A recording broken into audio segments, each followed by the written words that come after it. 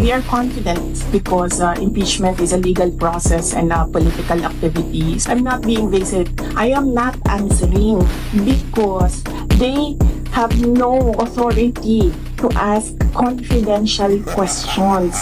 And there is a law that prohibits officials who gathered information because of their office to divulge it in public.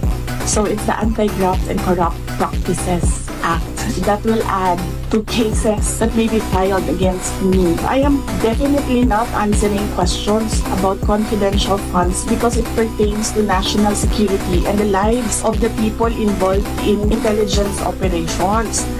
I am answering questions about the use of the money in the Commission on Audit. We have fully cooperated with the audit process of the Commission on Audit, who has the sole jurisdiction to ask questions about the use of confidential funds. In fact, 2/4 of the Department of Education are already cleared by the Commission on Audit. Plus the fact that, as I said, it is an attack. It is a political attack. You are in aid of legislation and you want to legislate about confidential funds.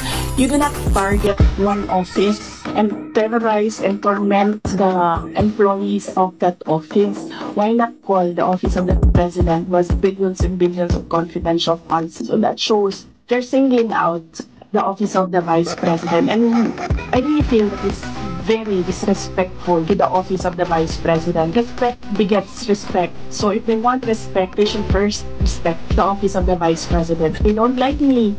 They don't like my person. They don't like Inday Sara Duterte, but they have to respect the office of the vice president. So if they want to investigate confidential funds, they don't single out one office. So no explanation will be given to the members of the House of Representatives. Nakapaghanda kami sa impeachment case kasi nga last year nag-announce lang si Franz Castro ng impeachment. So the moment na sinabi yon and the moment na nakita namin na tuloy-tuloy yung attacks, ay maganda na rin kami para sa mga abogado.